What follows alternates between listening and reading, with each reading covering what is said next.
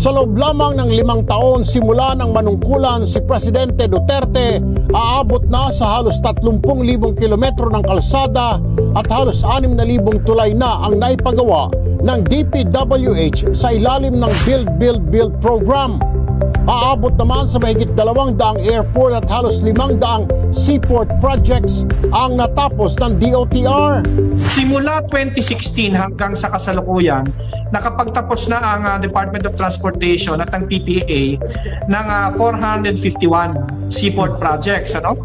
Malaki at maliit ito. Ang pinagmamalaki natin dyan, unang-una yung ating itinayong bagong passenger terminal building sa Cagayan de Oro, na kung saan ito ay magagamit ng 3,000 pasahero at any given time.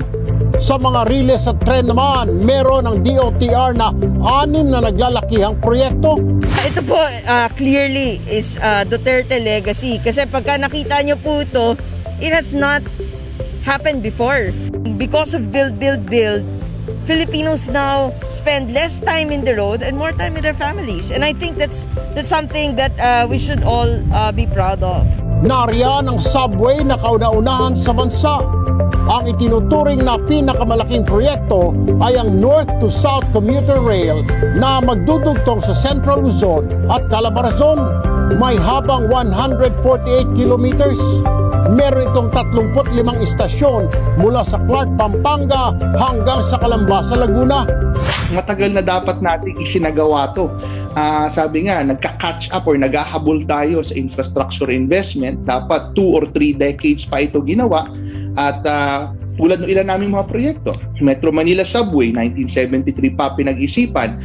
Itong PNR Clark natin, 1993 pa dapat. Itong Common Station natin, 2007 pa. LRT1 Cavite Extension, 2000. MRT7, 2001. So kung titingnan mo, talagang it's high time at talagang kailangan na ng mga tao natin. Tuloy-tuloy din daw ang rehabilitasyon sa mga tren.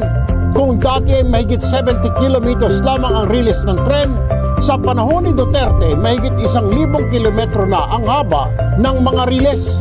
Mula rin sa 61 train stations noong 2016, ngayon ay meron ng 168 na istasyon ng tren. Ang isa sa mahalagang nagawa ng administrasyong ito ay yung masigurado na may pondo na. May pondo na ang lahat ng mga proyekto natin sa riles. Nagtapos tayo ng 2020, so as of December 2020, ay meron tayong 1.7 trillion. Double time at halos 24 oras na raw ang trabaho.